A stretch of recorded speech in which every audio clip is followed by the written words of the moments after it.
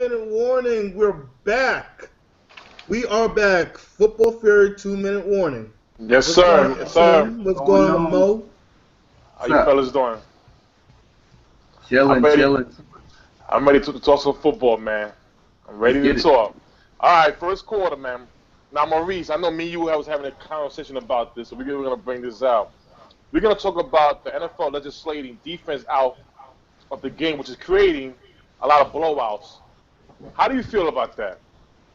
What's your take on that? I know you got very emotional with that before. My thing is this. This is what the problem that I have with not the fans, but the stands of football, and this goes for all sports, football, basketball, baseball, whatever, who feel like the need. Oh, football is cool, but we got to change this. We got to change that. We gotta have more scoring in the game. Why do you need more scoring?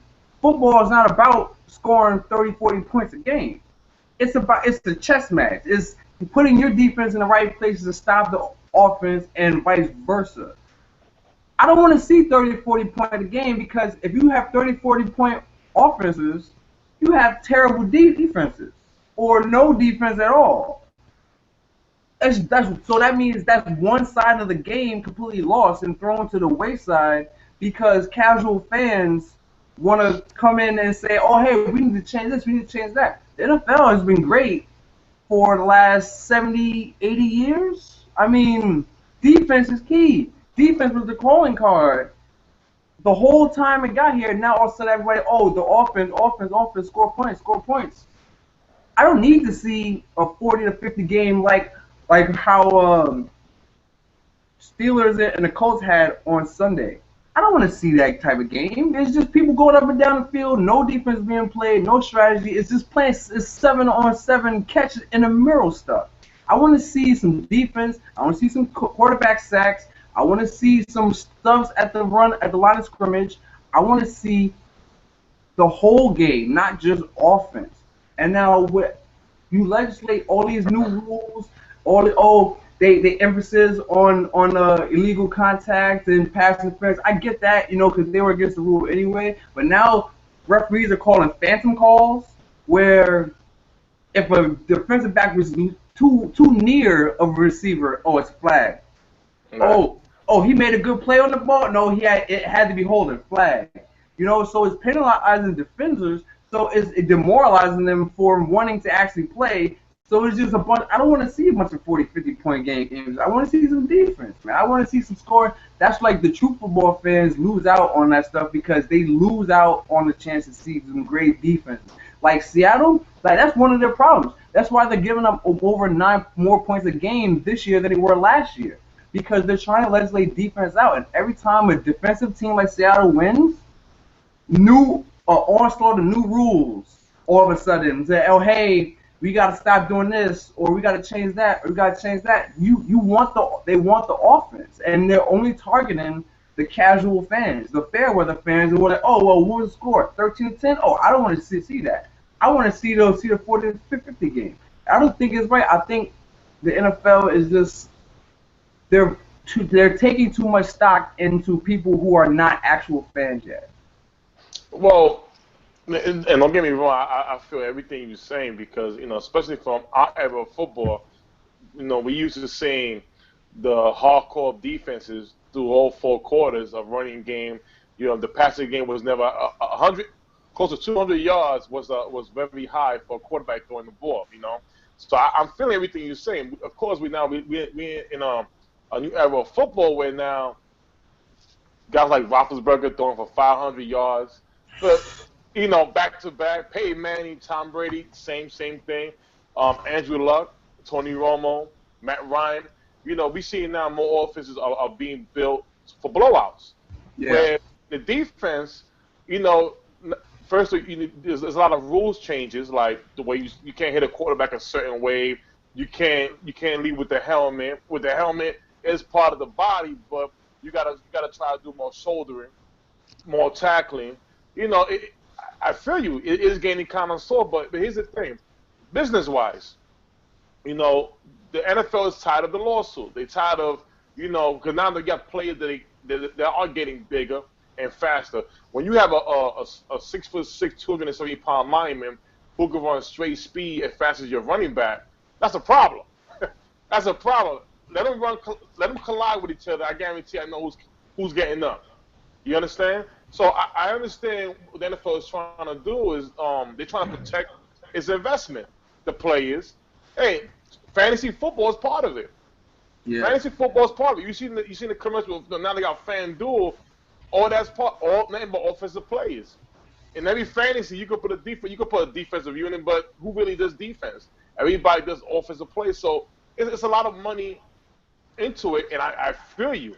I really do feel you because now it's becoming too. It's who want to see 40 points a game? Who want to see that? Can I interject quick? Go ahead.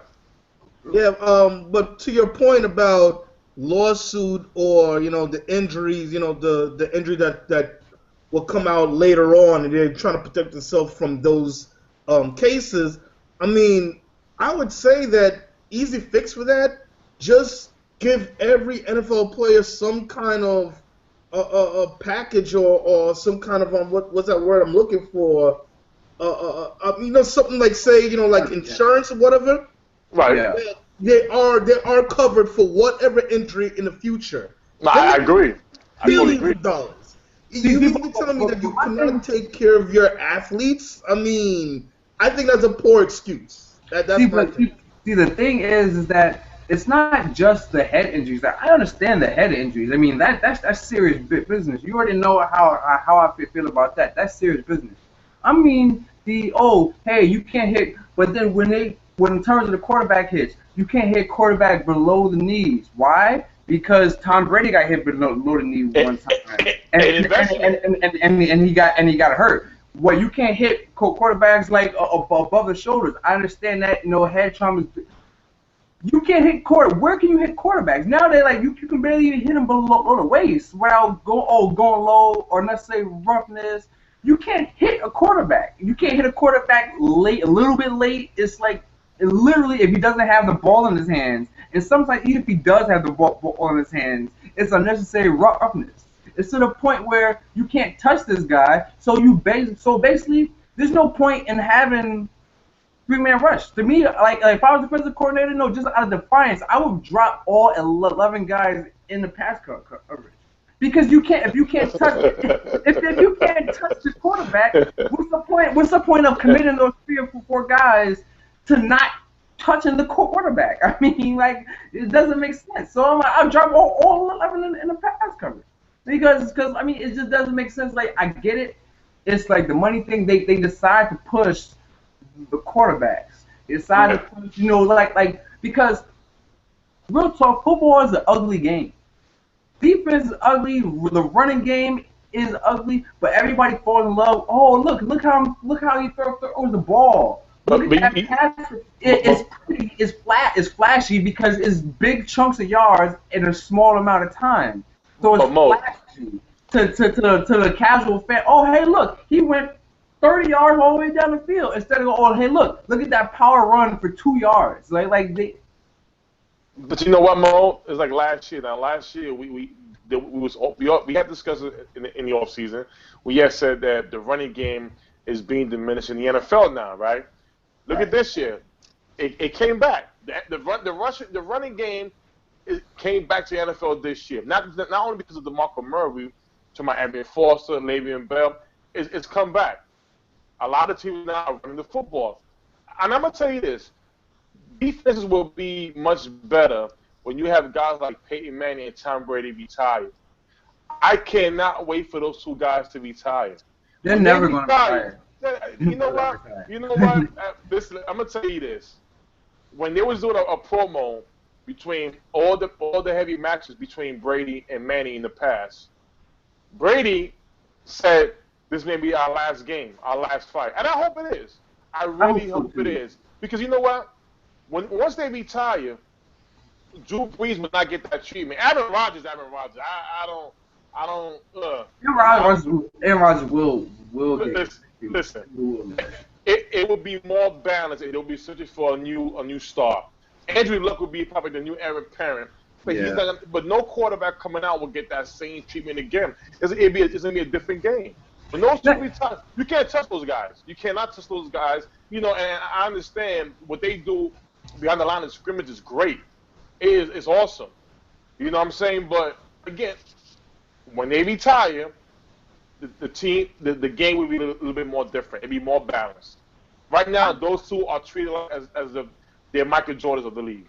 I really hope so, because I'm getting tired. I don't know if I'm getting tired of the same Brady and circle jerk, you know, like bro fest, where it's just like, oh, they like the league forces them to play each other every single year for the last 16 years. It seems like, and then the week leading up to it, instead of like how rivals are supposed to act, oh, talking trash to each other. Oh, well, Brady's a really nice guy. Yeah, he's really good. Yeah, Payne's really great at what he does. Yeah, but I'm tired of this garbage. I'm like, where's the rivalries? I'm like that. That's why. Give me when does Seattle play the Niners? Give me Crabtree versus Sherman. That's what I want to see. Hey, that's a rival guy. That's a rival team. I don't like that guy. I'm going to talk garbage to that guy on national TV. That's what I want. I don't want to see this, oh, well, hey, he's a really good guy. Yeah, he does it better. He's better than me. Oh, well, no, Brady said that. No, he's better than me. No, I don't want to see that garbage anymore. I'm like, stop with the bro hugging. I mean, like, yo, you're rivals. You're vying for number one spot. And all of, not even like just right now, really, Brady and Manning, in a lot of circles are number one and number two, or 1A and 1B of all time for quarterbacks. Act like it, man. You're getting plotted against each other, not so you can shake hands and do all types of secret handshakes, man. Do something. Say something. Say you don't like Peyton Manning's commercials, or say you don't like Peyton Manning's commercials, or Tom Brady's wife isn't that fine? Say something. I mean, like, just they both soft. They both soft. Listen, listen. The one thing they both got in common was they both lost their last Super Bowl appearance. They both lost their last Super Bowl appearance. They both lost their last two Super Bowl appearances. Yeah, two. So, you know, and we saw what happened last year when Seattle came in there. They just gave it to him. Yeah. And you know what? They was not scared to touch him, not afraid to hit him. You know, I never even recall Peyton Manning even going up to Russell Wilson saying a good job. I didn't see that. Maybe I turned away from the TV. Did you see that? I don't see that. All right, so you know, and guess what? Russell Wilson, he didn't need that. He managed the game. His defense went all up in Peyton Manning, and that's what was needed. But you know what? It's never going to change. It will never change once those two retire. Until they retire, it's going to be like that, man. It's going to be like that. I've seen Tony Romo get knocked up and down against the Redskins. There was not one call, that came his way, you know, for roughing the passer. And they demolished them. It's definitely for like the upper echelon, higher marquee quarterbacks, because exactly. Like you said, Tony Romo doesn't get that same treatment.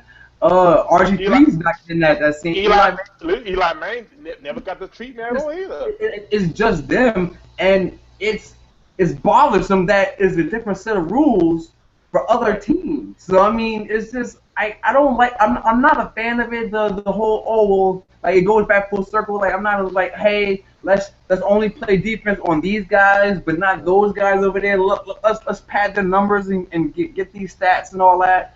I mean, it's just that's why I put an asterisk. To be quite frank, I put an asterisk on them, because the league doesn't allow them to be touched. I mean, because we saw what the Colts were without Peyton Manning. They were trash. They need people. The team. The league popularity. Like people was waiting for Peyton Manning to come back. We saw. Well, actually, like the Patriots didn't really miss a beat with Tom Brady. Tom Brady. That's none of my business. But it's just. Well, Tom Brady now, they went 11-5. You know that? Yeah, I do recall. I recall that very, very vividly. Against the Kansas City Chiefs, They went 11-5 with Matt Castle, Matt Castle. and And that's why everybody was so gassed up thinking Matt Castle was the truth. Nope. oh, no, This is a product of a system quarterback. But look where he went to. He went to Minnesota. You know. He went to Kansas City first, though. That's correct. No, yes, he did. Yeah, but at that time, they had no Jamal Charles or anything like that. They had Jamal Charles. Did they? Yeah, he had Jamal Charles. Yeah, yeah. I mean, like he was a rookie. Yeah. That's I think that was his rookie. All right. But I mean, like, yeah, it's just that, like that's why I like not to get too far in that conversation, but that's why I say that Brady is a system quarterback. Now, people want to make this. Oh well, Patriots they didn't get to the playoffs that year. They went 11-5 and lost the division off a technicality, like the Dolphins. So I mean, so let's not say that they went 2-14 like the Colts did without Peyton. So stop it, stop it. Oh man. Listen, man. I fully understand everything you're saying, and I trust me. I get sick and tired of the treatment too. All quarterbacks do not get the same treatment. They don't. But when Peyton Manning, and I hope they retire together, they can walk off to the sunset holding hands. Yeah, because they will. You know, but they probably will. They will. And just go off. That's it. Because again, you're absolutely right. Where is the mean competition at? Where's it at?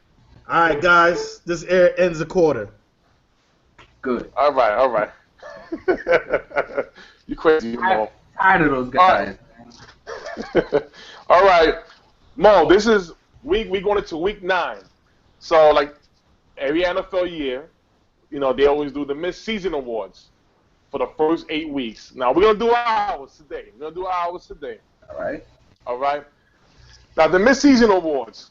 We got the MVP, Offensive Player of the Year, Defensive Player of the Year, Offensive Rookie of the Year, and Defensive Rookie of the Year, and Comeback Player of the Year. Okay? My MVP, he needs no introduction, is DeMarco Murray of the Dallas Cowboys. My man here has rushed for 1,054. He is the only and first back in NFL history to get the same amount of yardage right there, that fast. He beat Eric Dickerson. He beat Adrian Peterson. That is my MVP. Okay.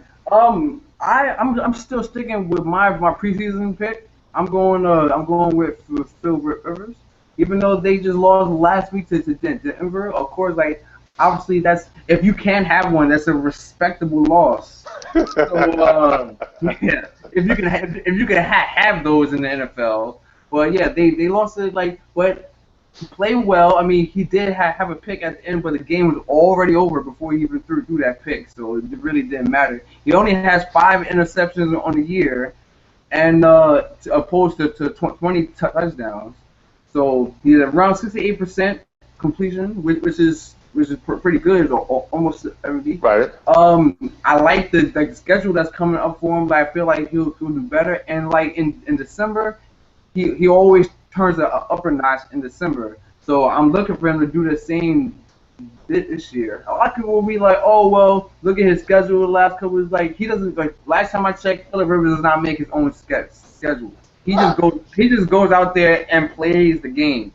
Now, how well he plays the games is entirely up to Phillip Rivers. Phillip Rivers just chooses to play the games really, really well. So I'm gonna still roll with Phillip Rivers right now, just because even though I would think that they will want to give it to Peyton Manning, I still feel like it'll just be like how in the NBA was with LeBron, just Manning fatigue. They're just tired of giving the award to LeBron, so they're going to give it to Derrick Rose and Kevin Durant this year. I mean, so like I feel like they'll give it to somebody else. They'll be looking for somebody else to give it to because they're tired of giving it to Peyton Manning.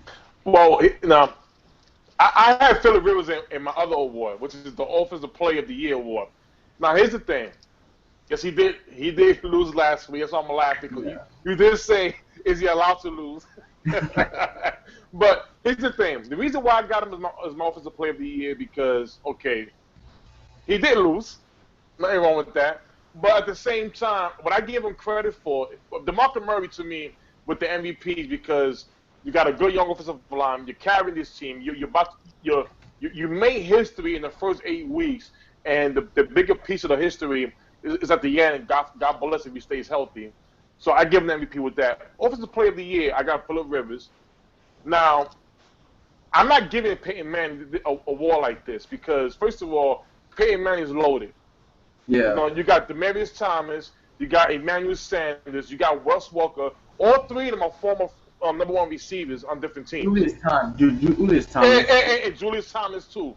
I'm not giving you that. You went to the Super Bowl with the same team and got more offensive weapons with this, so I'm not giving you that. Phillip Rivers now, he has lost 2 running backs, Ryan Matthews and Brown. Now, all of a sudden, you got a rookie in Oliver. Okay, you got Antonio Gay, who is 34 years old. Okay, you got Keenan Allen, a second-year receiver, and Malcolm Floyd, who is just a regular receiver out there. And you're keeping these guys in the game. He is the reason why. He's the reason why these guys are in every game. He is my Offensive Player of the Year. See, we're gonna have to switch it up because my Offensive Player of the Year is DeMarco Murray. All right. Okay. There's DeMarco Murray. You're not Cowboy bias, right, Maurice? No. This is a Cowboy bias because basically from for the conversation we just had the last quarter, quarterbacks are the marquee players. It's quarterbacks and then everybody else. The league pushes the quarterbacks first and then everybody else. So with that, I think they would give the most prestigious award to surprise a quarterback. But like you said, unless he breaks a ridiculous record like Adrian Peterson did, you're not getting that nod over a quarterback that has a great season. So that's but all these 100-yard straight games, that's nothing to sneeze at. That is remarkable. He already has a record for that. So I mean, like no matter if he doesn't do anything for the rest of the season, he still has that at least. He's been carrying the Cowboys literally. I mean, like, not to say Tony Romo's having a bad year, but to be honest, the reasons why the Cowboys been winning, DeMarco Murray first, and then everybody else. So he's definitely been carrying the team. So he's definitely the Offensive Player of the Year right now. All right, Defensive Player of the Year. Defense. Oh, go ahead. It was a couple of guys I had in mind. You know, I was thinking about Luke Kuechly of the Carolina Panthers. Me too. I was thinking about him, but I had to give it to J.J. Watt. Okay. J.J. Watt, I had to give it to him. 7 sacks. Okay. He has 1 interception, returned for 80 yards. Mm-hmm. All right. 8 pass deflections. Okay. He scored 1 offensive touchdown this year. He is the only machine they have on defense. Without him, that defense doesn't do anything. And that's only one guy. This is only one guy. His other partner, Jadeveon Clowney, you know, what we said about him being the #1 overall pick, is supposed to be here with him. He's been by himself for 8 weeks. I think, and I believe, that Clowney is back. Watt will be even better going forward for less pressure being taken off of him. But for the first 8 weeks, this man's been a machine. He's been a straight machine. Okay, my pick. He actually has not 9 sacks, so he's got two more than your boy J.J. Watt. I'm going with Von Miller. I knew it. Actually, I'm going with Von Miller. You know, like that new revamped Denver defense, looking him up much better. He's getting to the quarterback, obviously, with not 9 sacks. He's only got 18 tackles, but to be fair, I mean, I think the high amount of tackles this year is like 26. So I mean, it's not that right. Ridiculous. He's not that far behind. So he's getting to the quarterback, which is great. That's all. That's basically what one of Denver's weaknesses was, getting to the quarterback. Now that they can force teams off the field and give the Peyton Manning the ball a lot more, that's invaluable. And plus, because he's playing on that defense, who is much better improved, and they're winning because of Peyton Manning, I think he'll get the nod. But I just can't lie and say that I won't see J.J. Watt getting this award just because he's in all the commercials and and he's got the touchdown for Watt, music at the Texans Stadium, and you can't pick Von Miller out of a lineup. Hey, So, I listen, mean, Von Miller does have a lot of help around him. He has DeMarcus Ware he on the other does. side, so He does, but that's pressure offense. that is pressure off of him. But to be fair, the Texans defense is not. I mean, is not a joke either. I mean, like he's got some players on there. Like, well, I mean, I would say Brian Cushing, but that dude is always hurt though. So I mean, never mind with him. Yeah. But when he was at one point the defensive player of the year. So He was. But I think so, I think he's gonna get it this year. Of course. But Von Miller does have. You're right. Von Miller with the 9 sacks. If he get, he's on pace for right now. Yeah, he's on pace for 17. Yeah. So I mean, yeah. So I would feel like he would definitely get a nod over J.J. Watt just if you're going off the statistics. But if you're going off name recognition and facial recognition, then J.J. Watt's going to get it. Even though you see his Verizon commercial, he can't dance. I need somebody to tell him that. He can't dance. And be careful. He doesn't believe in selfies either. Which is funny because if you Google J.J. Watt's selfie, watch what you find out. Yeah, I know. Watch what comes up. Watch what comes up. You know what I believe? Isn't he the pot calling the kettle black? Listen, you know what's funny about J.J. Watt? I'm not to get away with this what we're talking about, but he says a lot of things that just makes you just want to talk. Sometimes if you don't know what you're gonna say, just say something nice and short and go. There was things like I don't believe in going out. I don't believe in hanging out with my friends. Football, I'm dedicated. Well, listen, if you want to have no life after football, that's you. Don't announce it to the world. Everybody is not like you. That's you. If you can't find a nice woman, well, I'm sorry to say, that's you. If you don't believe in taking pictures of yourself and having fun, that's you. But we gotta move on. Interject a little quick. Go ahead. We got a Ronaldo on 2-minute warning on our wall. He have a quick little question. He just said, "So you're saying Jake Locker could lead this team the same way?" Jake Locker. Wait, Jake Locker could lead what team? What way? We need a little bit more info on that one. Yeah, Jake Locker. Yeah, we talk about that's Tennessee. We're not talking about Tennessee. Yeah, Jake Locker's not even playing right now. He's hurt. That's why Zach Mettenberger got the start the other day because him and Charlie Whitehurst not playing. Yeah. I don't understand it. I'm gonna need some more clarification before we can tackle, so we can give a concise answer. Yeah. I don't know what that means. But we're gonna move on. We're gonna move on though. The offensive rookie of the year. Now, listen. I had 3 receivers in my sights. 3. Only one can get this award. Okay. Sammy Watkins will get this award. Sammy Watkins, ever since the change of quarterback, that I've said that was great. Everybody else said no, it's not good. When Kyle Owen came in, you have an official veteran quarterback who knows when to deliver that football. Sammy Watkins right now with the Buffalo Bills has 590 yards receiving. Okay, Kelvin Benjamin now he played every game so far, but he has about 543. Okay. The thing is, he's been double teamed a lot. I would have gave him this award, but Sammy Watkins missed like 2 games, and has been a monster, and has been living up to the hype of him being a first round pick in the first 3 picks of the draft. I have to give it to Sammy Watkins. Okay. I'm not going to give it to Sammy Watkins. I thought about giving it to Sammy Watkins, but I'm deciding to give it to Brandon Oliver from San Diego. I had him. Yeah, and because he's already he barely even played before week 5, which is only 4 weeks ago, and he's already got 352 rushing yards already. This dude has been carrying the load for San Diego when not 1 but 2 running backs went down with injury. Actually, 3 running backs went down with injury. Right. And it's just he came in, they didn't miss a beat. You know, he's got 2 100-yard outings already. So I mean, to me, he's just like he's been holding it down for them, and he's been doing more with less. And like because the offensive line, like the rushing game, is not really the strongest part of the game. Uh-huh. So the fact that he could just come in, he didn't even start it, he didn't even get drafted. He was an undrafted. That's correct.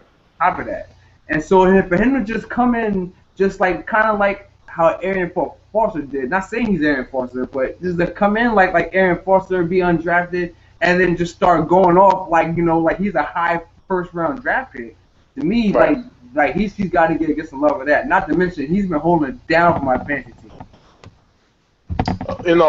Why you gotta go there for, man?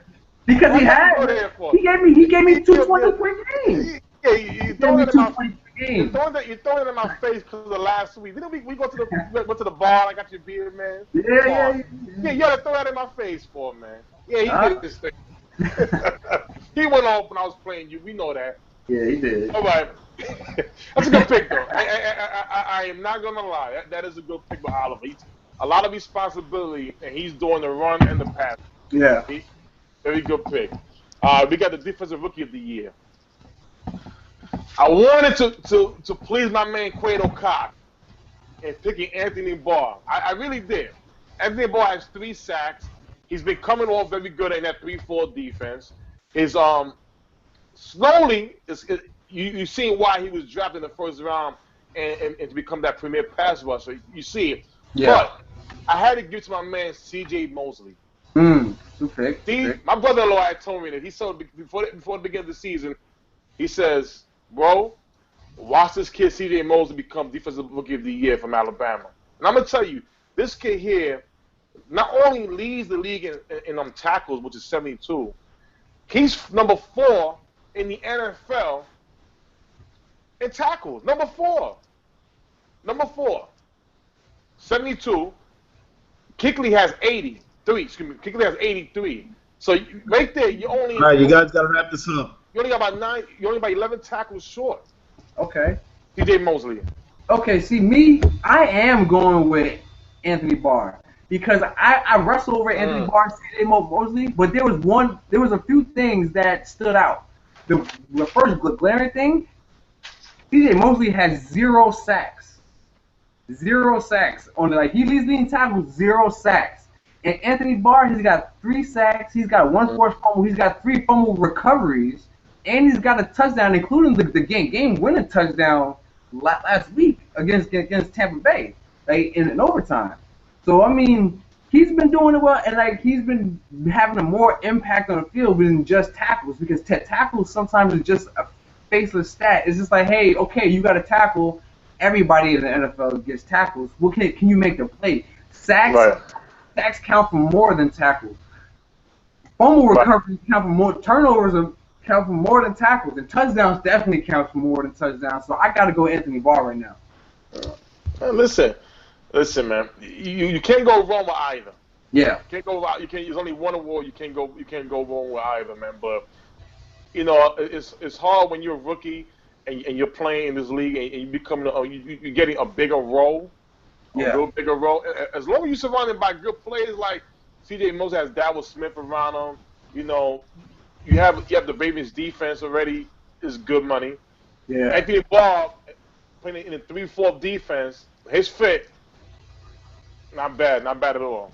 Yeah, that's both of them great line. All right, so we have now the last award, the Comeback Player of the Year award. I have to give it to my man Rolando McClain of the Dallas Cowboys. I looked all over. The reason why I have to give him this award, not because he's a Cowboy, he is a former number 8 overall draft pick. Yeah. He ran into trouble as an Oakland Raider. He was not given a chance right away, but Baltimore Ravens signed him. He retired for 2 years. He's come back to the NFL. He's come back into the NFL, and right now he is doing damage for the Dallas Cowboys. He has 40 tackles, right? He has 2 interceptions that sealed both games between Tennessee and Seattle. I'm giving the award to him.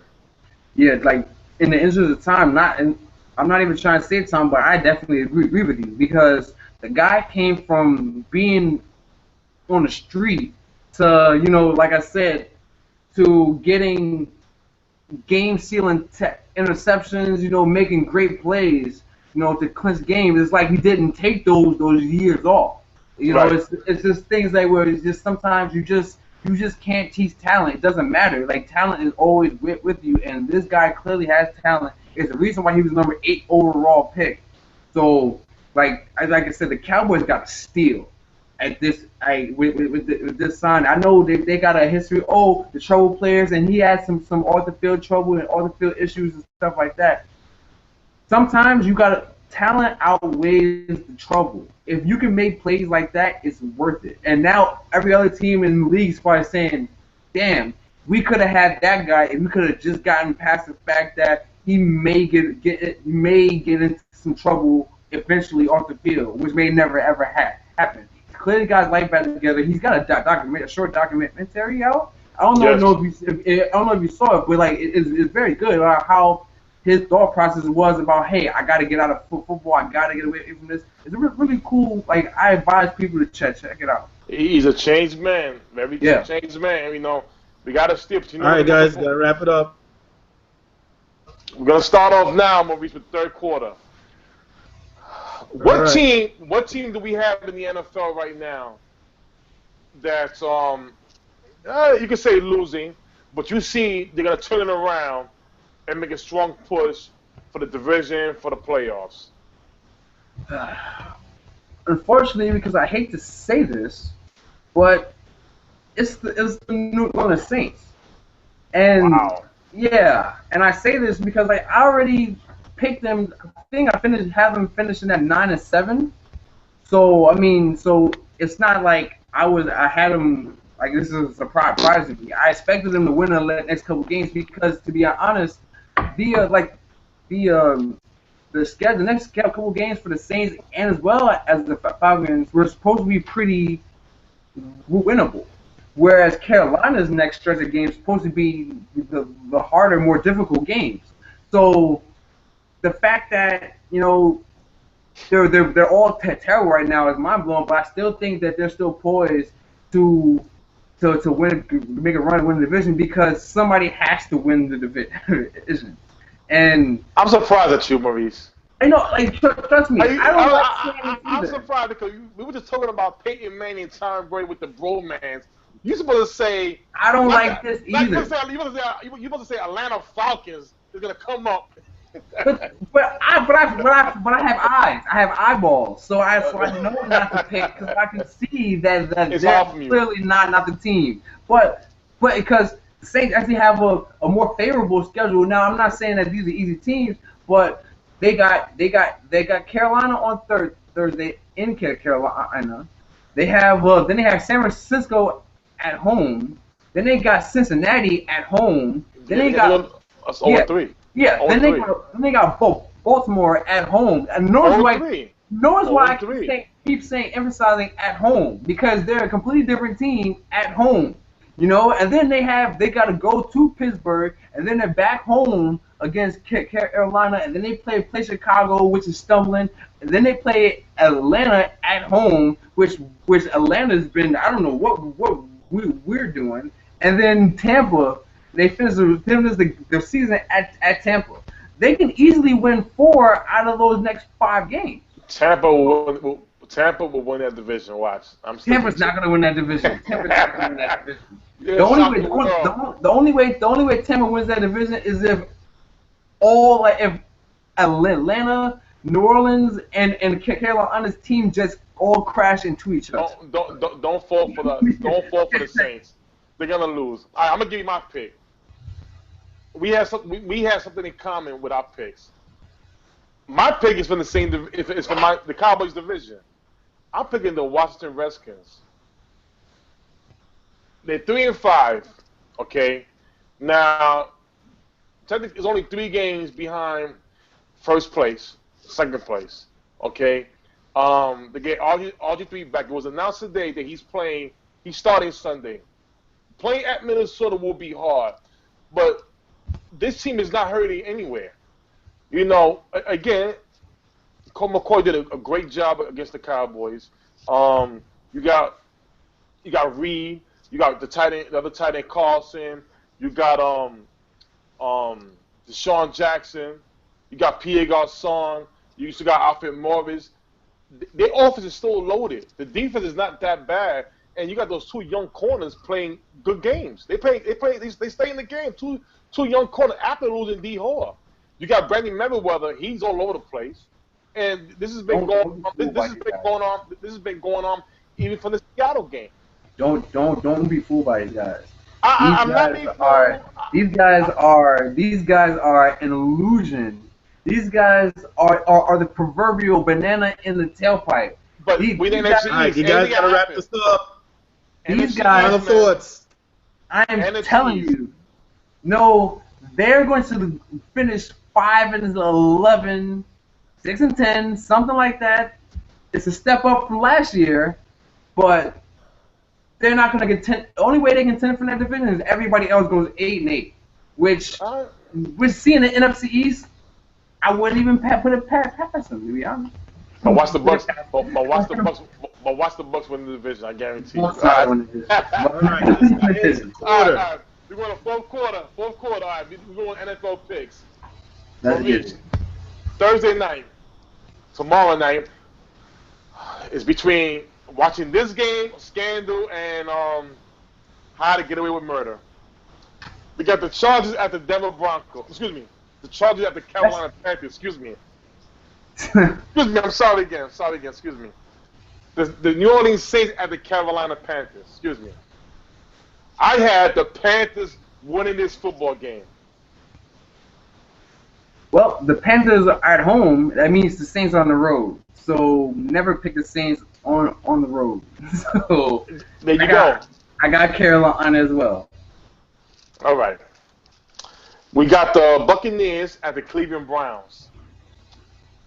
I know I said the Bucs will win the division, but not after this game. The Browns will win this football game. Who is scheduling these games? Like who's scheduling the Browns and the Bucs? Like what? And they're 4-3 now, Mo. They're 4-3. The Browns are 4-3. But the Bucs are garbage. I was like, I don't want to see this game. Like, look, the Browns should win this game very easily. But they are the Browns. They might relapse into being the Browns because Jordan Cameron is probably not going to play because he's got another concussion. So look out for that. He might not play. So if he doesn't play, the Bucs have a better chance of winning. Because I think Vincent Jackson is supposed to be playing in this game. He gets ready. And so is Doug Martin. So to be honest, but because they're home, they're going to be feeling good because LeBron coming back at the Cleveland and all that. I got the Browns winning. All right. We got the Arizona Cardinals visiting the Dallas Cowboys. Whether it's with Romo or with Brandon Weeden, I still pick my boys to win this game. I got Arizona winning this game. How dare you? I got Arizona winning this game. How dare you? Because Arizona blitzes the most. So that's one game. Arizona blitzes the most in the league, and the way to beat up already beat up Tony Romo. If you play, look, listen. To blitz him. I want to ask you this real quick. Go ahead. Patrick Peterson might not play. Nor the safety Tony Jefferson. A starting safety and Patrick Peterson might not play this game. They might not need him if Tony Romo is laying on their back. You're disrespecting Des Bryant? You gonna disrespect Des Bryant? Des Bryant might not get the ball if Tony Romo's on his back the whole game. How they gonna protect Tony Romo? They couldn't protect him in Washington. How you gonna protect them from Arizona? Let me tell you, Sam. The last time, the last time Arizona, like he went to Arizona, didn't he get a broken pinky finger and a punctured lung or something like that? I mean, no, that's the 49ers actually. He gets beat up but listen, I'm gonna go back to Bill Parcells' famous quote when he had Tony Romo. He says, "Trust me what I say, you're gonna wish they blitz." I guarantee you, Scott Linehan will have the antidote for that. We know Todd Bowles and his blitzes. We seen what the Redskins did. They came out of this. We didn't expect that. I guarantee you they'll be more prepared this game for the Arizona Cardinals. All right, we got the New York Jets visiting the Chiefs, and Michael Vick is starting. Jet fans, you got what you wish for. All I gotta say is this: when the Jets lose this game in a blowout fashion, take the point spread, take everything, and bet on the Chiefs. When Michael Vick finally shows you that he cannot win a game at a quarterback, he's not a real good quarterback. You can finally say, well, you know what? It's not Geno Smith's fault. You will stop it. It is the GM, is the owner, they need to surround this man with nothing. This is a blowout game. Kansas City will win this game. See, but the thing is, I agree with you. Kansas City's gonna blow the Jets. Daylights out of them. But to see, the thing is, the GM and the coach didn't throw those 3 first quarter interceptions. But you gotta risk it. They didn't throw those interceptions. But you gotta risk it. You don't gotta risk it like that. You gotta risk it like that. But Mo, those 3 picks, 2 of them was not his fault. You got Percy Harvin falling on the floor. But that means one of them was his fault. That means starting off the game. You started off the game with the interception. Listen, but that wasn't his fault. Percy Harvin fell down, and then the other one, the tight end just looked there. Listen, a receiver has to understand you cannot be completely wide open to make a catch. The ball is put where you have to be a playmaker and make that catch. I'm sorry to say, listen, Percy Harvin's getting paid $13 million. Don't get me wrong. He did great for me in my other league in fantasy football. I won't disrespect that man. But at the same time, you got Michael Vick playing. I'm going to tell you right now, Geno Smith will be playing this game by the second quarter. That's what I got to say. Because like, who's the third string guy? Because that guy's going to get in pretty soon. Sims? Listen, again.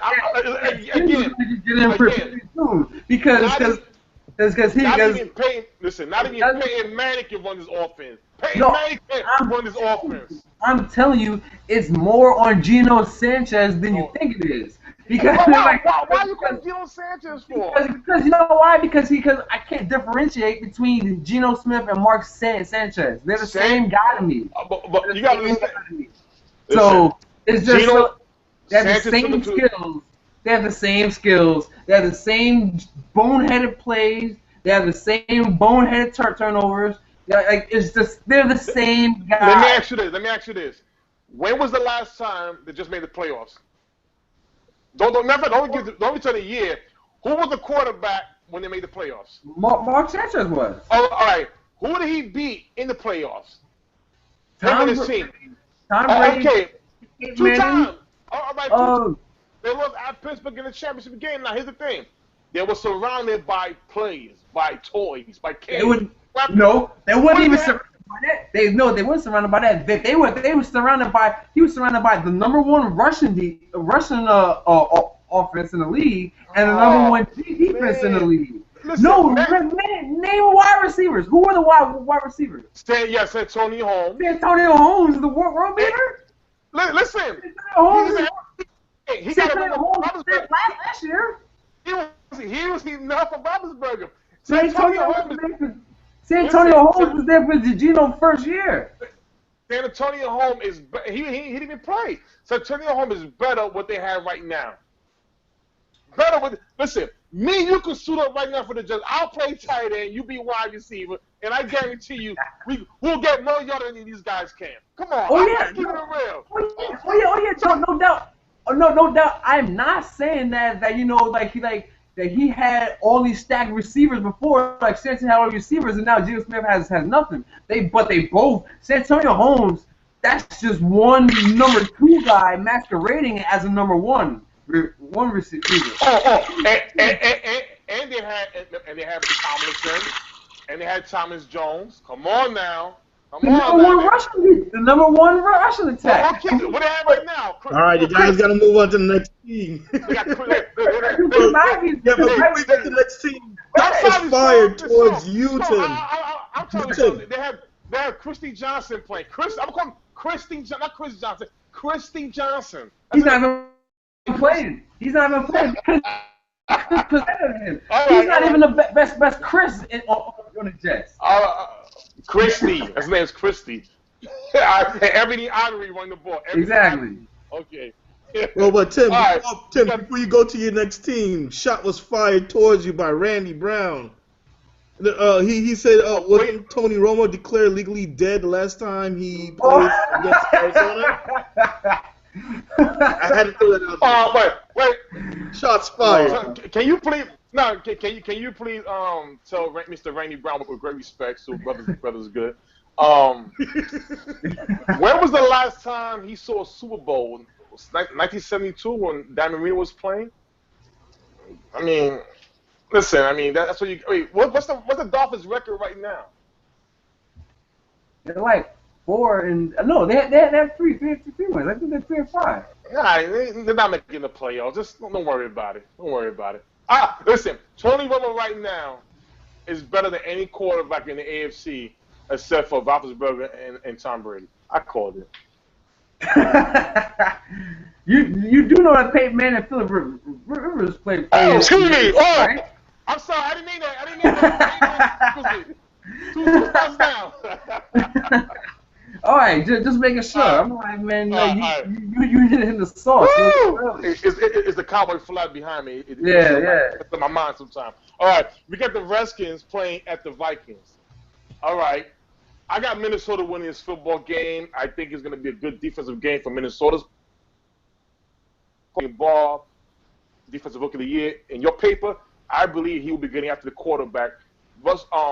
Whoever that RG3. Whoever it is. No, he's starting. He announced it today. He's starting. Are you going to start? Yeah, he's going to start. So, he's going to start. So, he has to get out the rust. Yeah. I have the Vikings winning this game. I think Eddie Bridgewater is going to edge him out.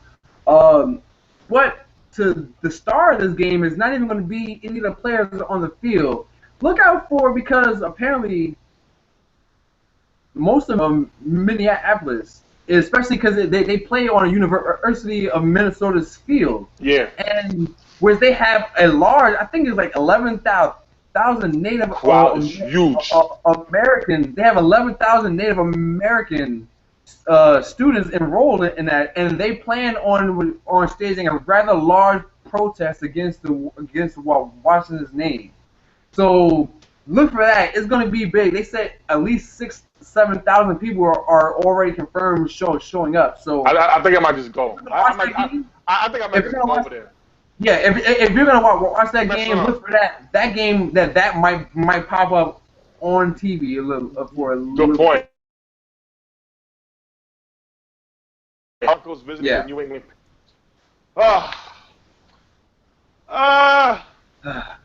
I'm going with the Patriots. They'll shake hands, the bro man, shake hands, do their own little hand signal signs, and game over. I got the Patriots winning this football game. I really don't want to watch this game at all, but I only want to watch this game. I got players. I got fantasy players on that team, so I got the Patriots. Yeah, I actually have a bunch of fantasy players in this game, so that's the only reason why I'll take interest to it. I'm so, like I already acknowledged, I'm so sick and tired of hearing about Brady and Manning. And then they hug and they have sleepovers during summer camp and all this, and I'm tired of hearing about them. I think the Patriots are going to win just because they're home, they're on the road, they're feeling themselves. That defense is looking really good. So I'm going to take them, and hopefully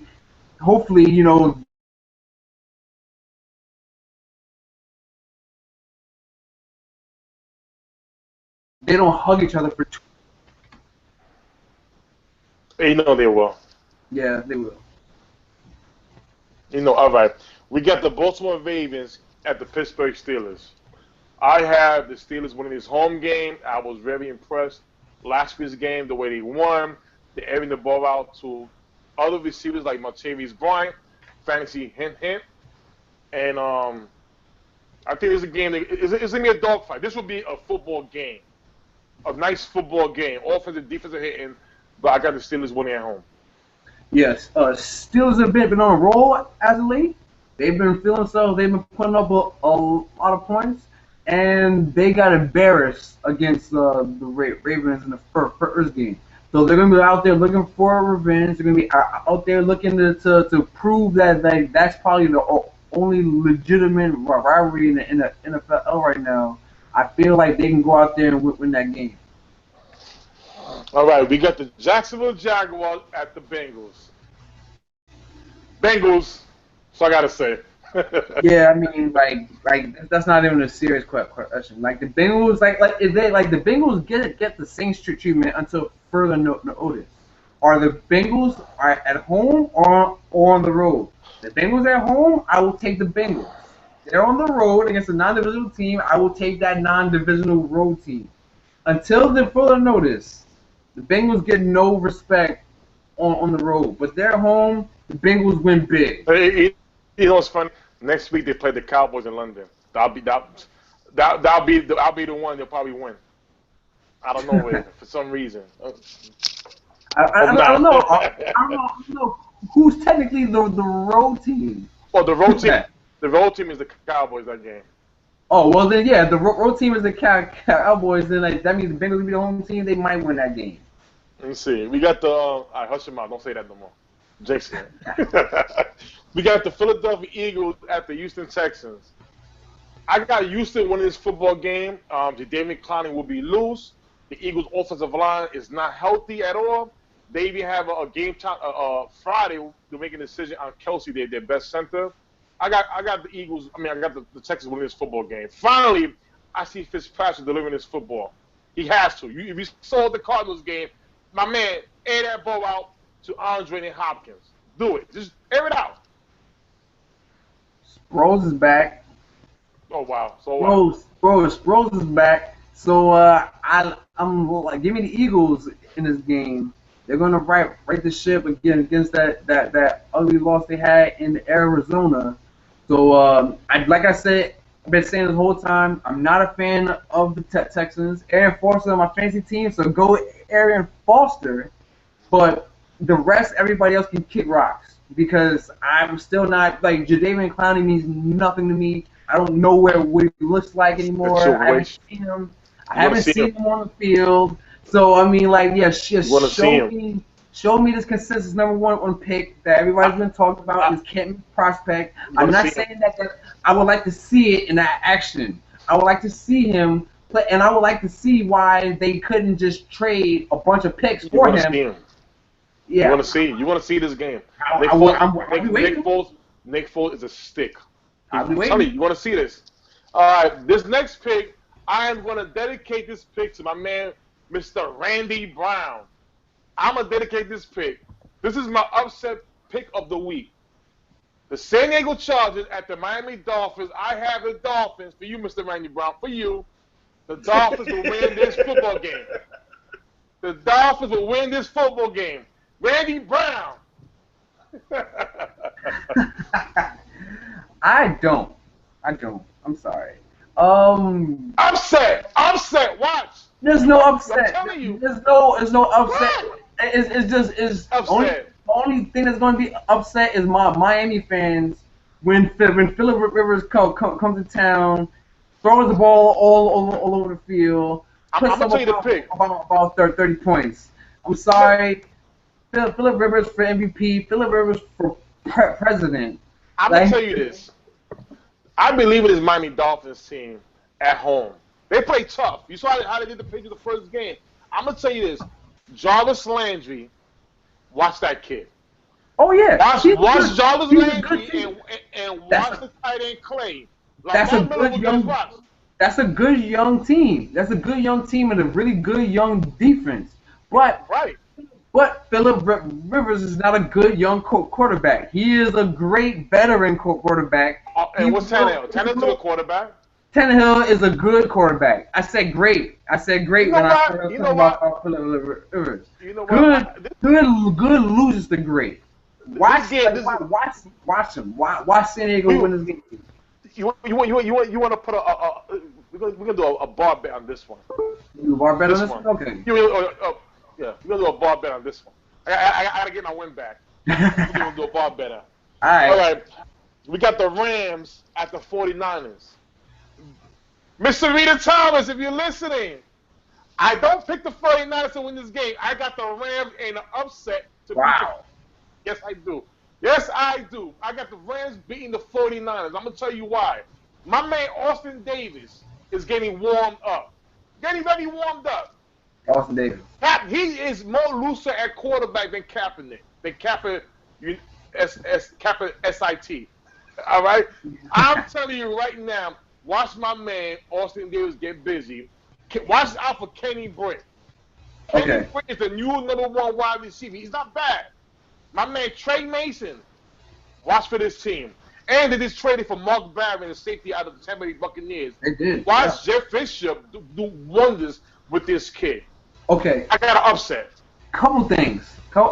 Not only is San Francisco coming off a bye week, so they're a much needed bye week, so they're much more well rested, ready for this game. Dangerous. Bye was dangerous. But Brian Quick out. Torn rotator cuff. Okay. Austin Davis is getting ID'd by security at the Rams facility. Nobody knows who this guy is. Like this is, I'm not making that up. He got ID. He was forced to show ID. That's good. That's good. Yeah, because they don't even know who he is at his own facility. I'm telling you, watch. The Rams are cursed right now. They have lost too many people off the defense. They have lost too many guys on offense now. This is a dead team walking. I'm gonna tell you this. Dead team walking. I expect them to go into it's not San Francisco, Santa Clara, and get smacked. No. Watch Austin Davis get loose. Just watch. Busy in the game. He's been getting more looser and looser. Watch this game. Okay. They feeling him. You're gonna see this game. All right. We have the Oakland Raiders at the Seattle Seahawks. Stop. Sean, guess what? I'm not picking the Seattle Seahawks. I'm not surprised. And it's going to LOB all over them Raiders. I have the black and silver. You heard it from me first. That's troll. I got the black and silver evading Seattle. Watch the Oakland Raiders come to Seattle and beat them. And I'm going to tell you why. Because guess what? Oakland has an offense. Seattle doesn't. Seattle does not have an offense. Let me tell you something. Do you know who the coach is over there? Do you know who's coaching the Oakland Raiders? I don't even remember. No, Sperano. Tony Sperano. All right. Now, do you know what he does? Does wonders with offense, and he has done that ever since he came with the Raiders. Now, I'm gonna tell you this. Right now. Watch him go there and get busy. The Seattle Seahawks had a chance to make a trade to get Gresham, get Vincent Jackson, to get better. They did not do that. Now you have to rely on Beast Mode running the ball 82 times a game. And wait a minute, the guy who now I don't know if he's black or white or if he's Tiger Woods now, Mr. Russell Wilson, whatever you want to call him, you need him to go for 100 yards rushing. Guess what? This is the NFL. You got to know how to pass that ball. I'm sorry, Sean. My man. But black and silver will win this football game. Okay. Couple things. I said it. No, hold on. I said it. Because look, you had some valid points. Tony Sperano is a really good offensive coordinator. Very good offensive coordinator. Very good. Did a lot of great things on offense, like you know how especially what he did in Miami, turn around that offense. Do you know why he's not in Miami anymore? Because that offense never translated into W. No, you're wrong. It didn't translate into W. He took over. He took over after the fourth game. They're still winless. Listen. He even buried the ball. He even buried the ball.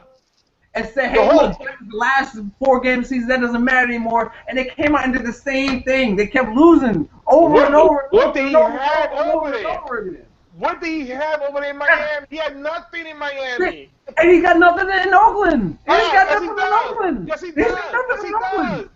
What? He's got an aging Maurice Jones-Drew, a Mr. Glass Darren McFadden. Okay, and what else? Look at the receiving core.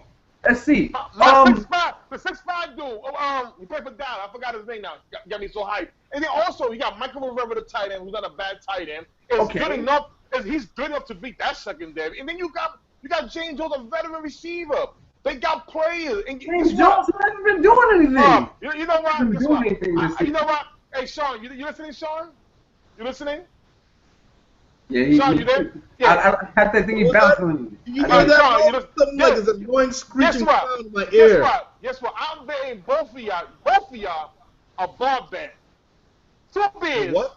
A bar bet. 2 beers a piece that the Raiders will beat Seattle. I'll take that bet. That's right. I'm gonna make that. Because you do realize that this game is in Seattle, right? What's Seattle? What is Seattle? So you're saying that's not Seattle. That's our house. That's Cowboy house. That's not Seattle house no more. So you're saying that a winless Oakland Raiders team who could legitimately go 0-16 is going to go into Seattle. Let me tell you Seattle, the defending Super Bowl champions, and beat them in their own house. Listen, there's two things in the NFL that you have to understand about. No team in the NFL wants to play a losing team that has nothing to lose. Nothing to lose. That means onside kicks. That means a lot of fake. The Seattle Seahawks lost on a fake punt.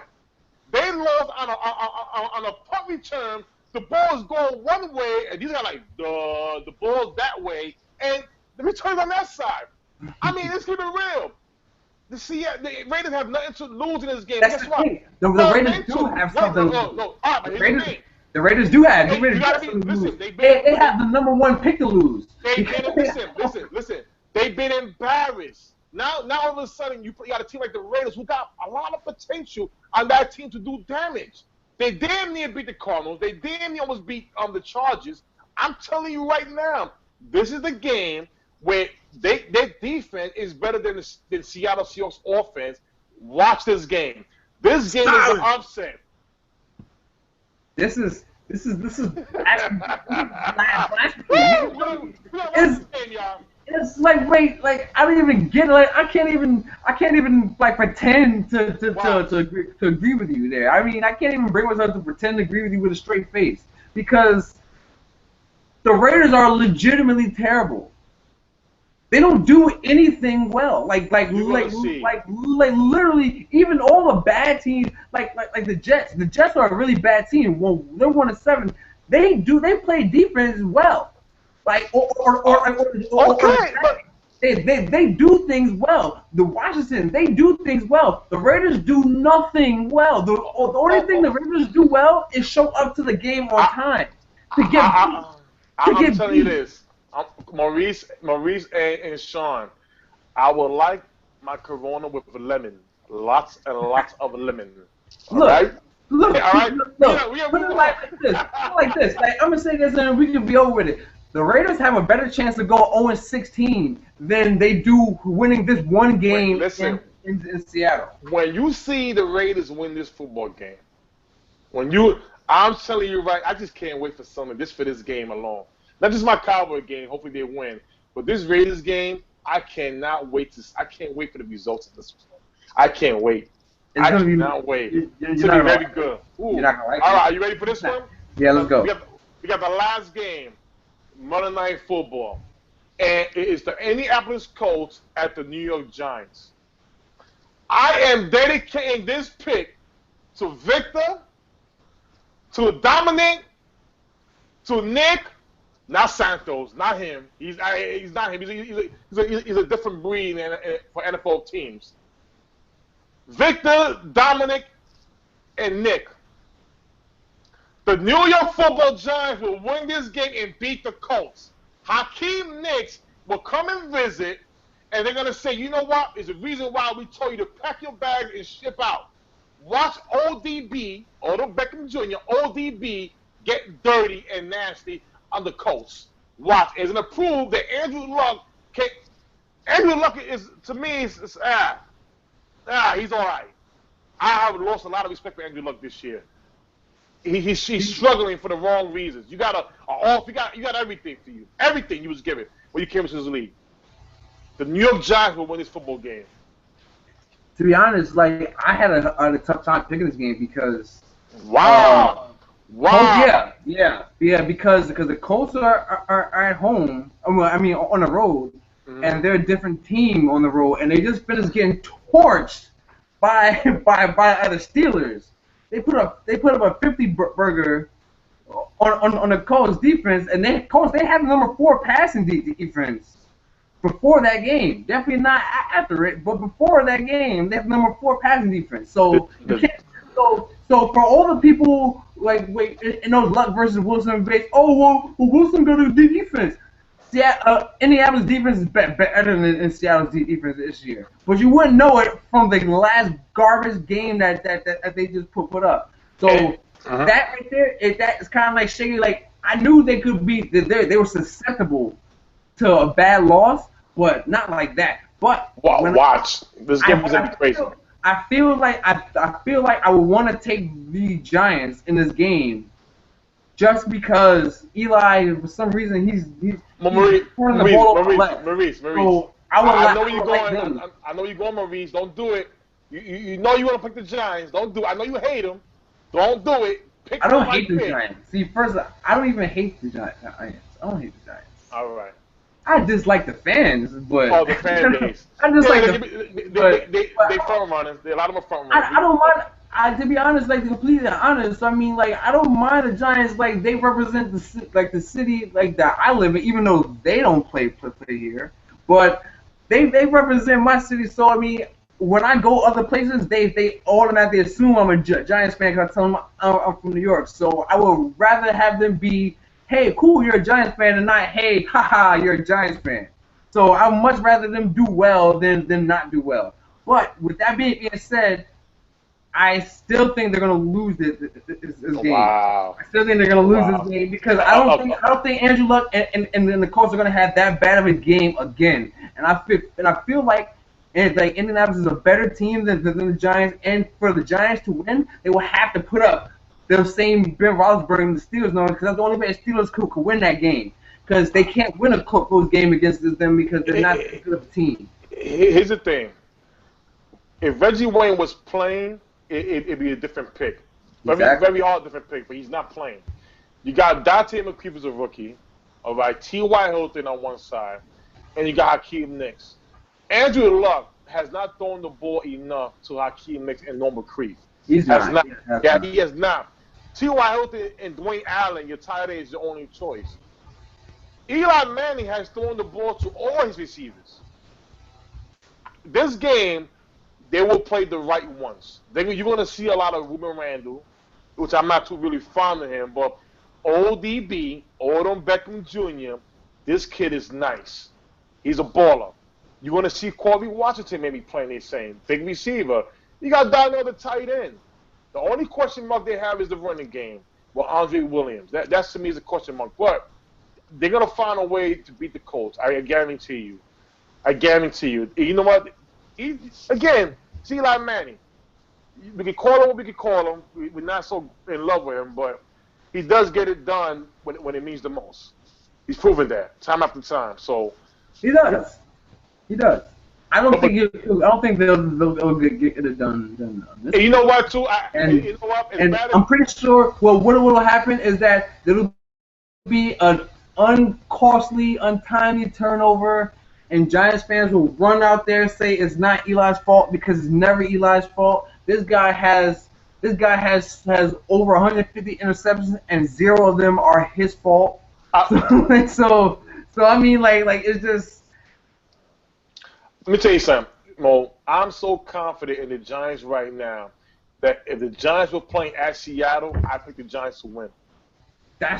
Well, I would expect you to say something like that because you just picked the Raiders to beat Seattle in Seattle. So I'd expect you to say something like that.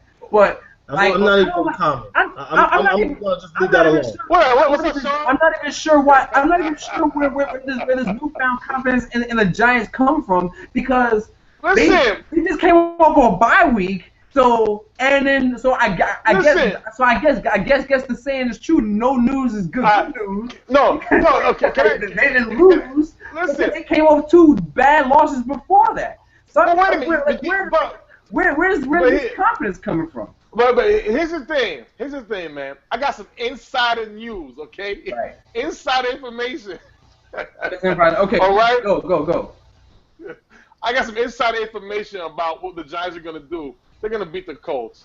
They're gonna beat the Colts. That's the inside information. That's I the. can't tell you the rest. That's All right, you the. guys gotta wrap this up.